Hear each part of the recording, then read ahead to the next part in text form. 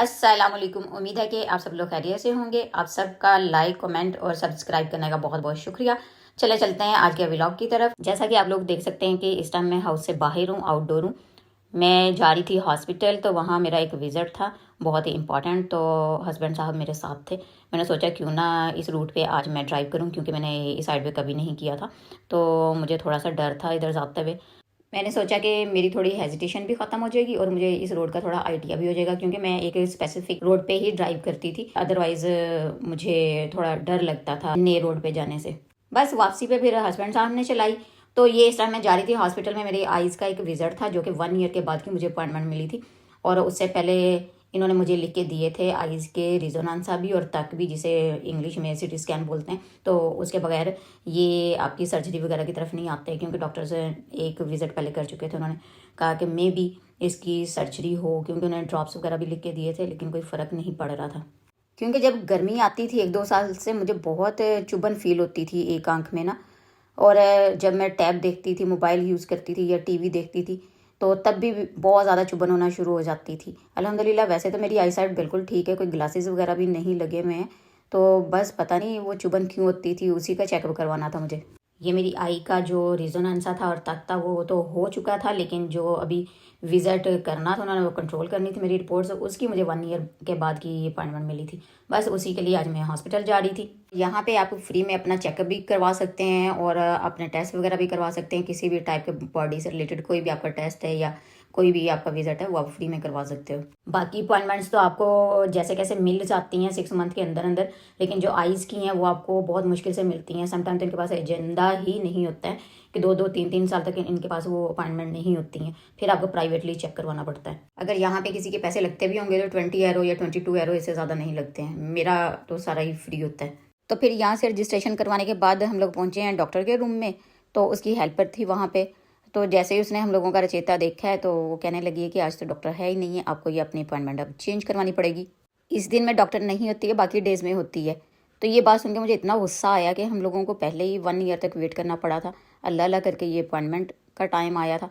तो आज आए हैं, तो आज जनाब डॉक्टर नहीं है। ये हम लोगों का फॉल्ट तो नहीं था, ये तो कुप वालों का फॉल्ट था। उन्हें देखना चाहिए था, उन्हें पता होता है कि कौन से हॉस्पिटल में डॉक्टर्स के कौन से डेज़ होते हैं। जहाँ कासे पे हम लोग रजिस्ट्रेशन करवाते हैं, ये उनका सारा काम होता है, क्योंकि उन्हें सारी इन्फॉर्मेशन होती है हॉस्पिटल से रिलेटेड। इतने साल हो गए हैं हॉस्पिटल में इटली में जाते हुए, कभी भी इस तरह का मामला नहीं हुआ है। फर्स्ट टाइम ये हरकत की है इन्होंने। फिर यहाँ हम लोग अगेन आए हैं कासे पे अपनी अपॉइंटमेंट चेंज करवाने के लिए। तो बोलने लगे हैं कि यहाँ अपॉइंटमेंट नहीं है, 1.5-2 साल तक आप किसी और हॉस्पिटल में जाके ट्राई करो, मे भी आपको मिल जाए। बस फिर चुप करके वहाँ से भी गुस्से में आ गए कि अब क्या कर सकते हैं, किसी और हॉस्पिटल जाके ही पता करना पड़ेगा या फिर ऑनलाइन लेनी पड़ेगी, जो कि बहुत दूर दूर एरियाज़ की मिलती हैं। काफ़ी ट्रैवल करके वहाँ जाना पड़ता है। बस ये सुबह सुबह हम लोग बच्चों को स्कूल भेज के निकले थे, नाश्ता भी नहीं था किया। तो ये बार हम लोगों को नज़र आ गई। यहाँ हम लोगों ने सबसे पहले ब्रेकफास्ट किया। ब्रेकफास्ट तो क्या करना था, यहाँ बस ब्रियोश और कपूचा वगैरह ही मिलता है हमारे मतलब का। तो हम लोगों ने यहाँ वो पिया। ये हर हॉस्पिटल में आपको बार भी नज़र आएगी और बैंक भी नज़र आएंगे, और इसके अलावा इन्होंने लवंदरिया भी यहाँ रखी होती है और लॉकर्स भी यहाँ पे रखे होते हैं कि जो यहाँ पे रहते हैं हॉस्पिटल में, वो अपने पार्सल वगैरह जिन्होंने मंगवाना है वो भी मंगवा सकते हैं। यहाँ के बार में नाश्ता भी कर सकते हैं, या जिन्होंने कॉफ़ी चाय वगैरह पीनी होती है, डॉक्टर्स या जो पेशेंट वगैरह हैं, उनके लिए उन्होंने ये बनाया। वो बहुत बड़ी ये बार थी। बार तो आपको हर जगह ही मिल जाएगी, क्योंकि ये लोग कॉफ़ी के बगैर तो रह ही नहीं सकते हैं, ना ड्रिंक किए बगैर रह सकते हैं। ये आपको स्कूल में भी मिल जाती है, आपको पार्क में भी मिल जाती है। स्कूल में अगर बार नहीं होती है तो वहाँ इन्होंने कॉफ़ी की मशीनें वगैरह लगाई होती हैं, जो वहाँ बच्चे भी यूज़ करते हैं और टीचर्स भी यूज़ करते हैं। हमने सोचा कि दिन तो वैसे ही हम लोगों का वेस्ट हो चुका है, तो क्यों ना पहले खा पी लिया जाए। बस यहाँ से हम लोगों ने ब्रियोश लिया और ये कपूचा लिया, और यहाँ नाश्ता करने के बाद हम लोगों ने सोचा कि रास्ते में एक और छोटा सा हॉस्पिटल आता है, तो क्यों ना वहाँ ट्राई किया जाए, मे बी वहाँ हम लोगों को अपॉइंटमेंट मिल जाए। उसी हॉस्पिटल की नहीं मिलती है, एक हॉस्पिटल के अंदर 3-4 एरियाज़ आते हैं, तो उनके आसपास की आपको दे सकते हैं वो, लेकिन इनके पास है ही नहीं था। कहते हैं जी अगले 1.5-2 साल तक हम लोगों के पास एजेंडा ही नहीं है अपॉइंटमेंट्स का, क्योंकि पेन है हम लोगों के पास फुल है। ये जैसा कि आप लोग देख सकते हैं कि इन्होंने बच्चों के लिए थोड़ी सी राइड्स भी लगाई हुई हैं। ये तो हर जगह ही होती है, बच्चों का यहाँ पे बहुत ज़्यादा ख्याल रखा जाता है। चाहे आप हॉस्पिटल में चले जाओ, स्कूल में चले जाओ, या पोस्ट ऑफिस में चले जाओ, कहीं भी चले जाओ, तो आपको बच्चों के प्ले करने के लिए कुछ ना कुछ मिल ही जाता है। तो ये गाड़ी हम लोगों ने पार्किंग में लगाई थी, उसका यहाँ पे हम लोगों ने पे करना था। ये मशीनें इन्होंने लगाई हैं ऑटोमेटिक, तो जो आपकी वो बिलिए तो निकली थी वो हम लोगों ने यहाँ डाल के तो हमें अमाउंट शो हो जानी थी। तो हमारा 1 मिनट 1 घंटे से ऊपर हुआ था तो उसके भी हम लोगों के फुल पैसे बन गए थे। 1 आवर के इन्होंने 1.5 एरो 2 एरो रखे हुए थे, लेकिन इन्होंने हमसे डबल पेमेंट ली है। बस 1 मिनट ऊपर चला गया यहाँ पहुँचते पहुँचते हम लोगों को, तो उसके भी इन्होंने पेमेंट काट ली हम लोगों से। वही हम लोग 1 मिनट पहले निकल आते तो मे भी हम लोगों को ना पे करना पड़ता डबल।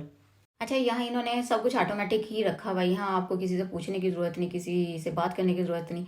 बस आप लोग जाते हो मशीन के सामने, सब कुछ लिखा हुआ सामने आ जाता है।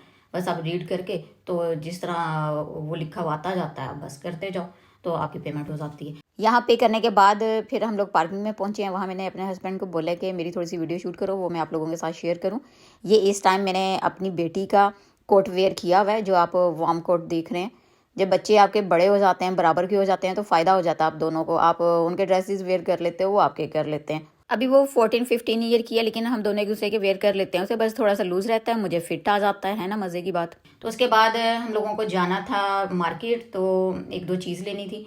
ये यहाँ पे मैंने लिया फ्रूट ट्राइफल, जो कि लगा हुआ था डिस्काउंट पे, मुझे बहुत ही ज़्यादा पसंद है। तो काफ़ी दिनों से मैं कह रही थी लेके आऊँ, लेकिन भूल जाती थी। अक्सर मैं घर में ला के रखती हूँ।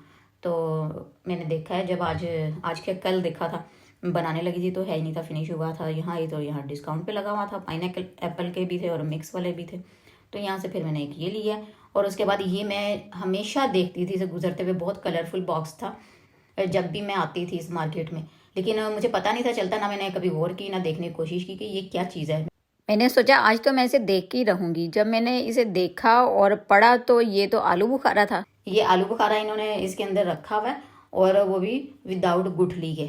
और ये भी इसी तरह से है जिस तरह वो फ्रूट सैलड के लिए आपको फ्रूट ट्राइफल मिलता है, या फिर बाकी फ्रूट्स पाइनएप्पल वगैरह मिलते हैं, बल्कि ये ना ड्राई फॉर्म में भी लगाए होते हैं। मैं इतनी ज़्यादा हैरान हुई ये देख के, और मुझे अपने आप पे हंसी भी आई कि कितने साल हो गए मैं मुझे इस मार्केट में आते हुए, मुझे आज तक यही नहीं था पता कि इन्होंने क्या चीज़ लगाई हुई है इस पे। बहुत ही अच्छा लगता था कलर देखने में ये। और ये था आज का व्लॉग। आई होप कि आपको हर बार की तरह आज का व्लॉग भी पसंद आया होगा। कमेंट बॉक्स में ज़रूर मेंशन कीजिएगा।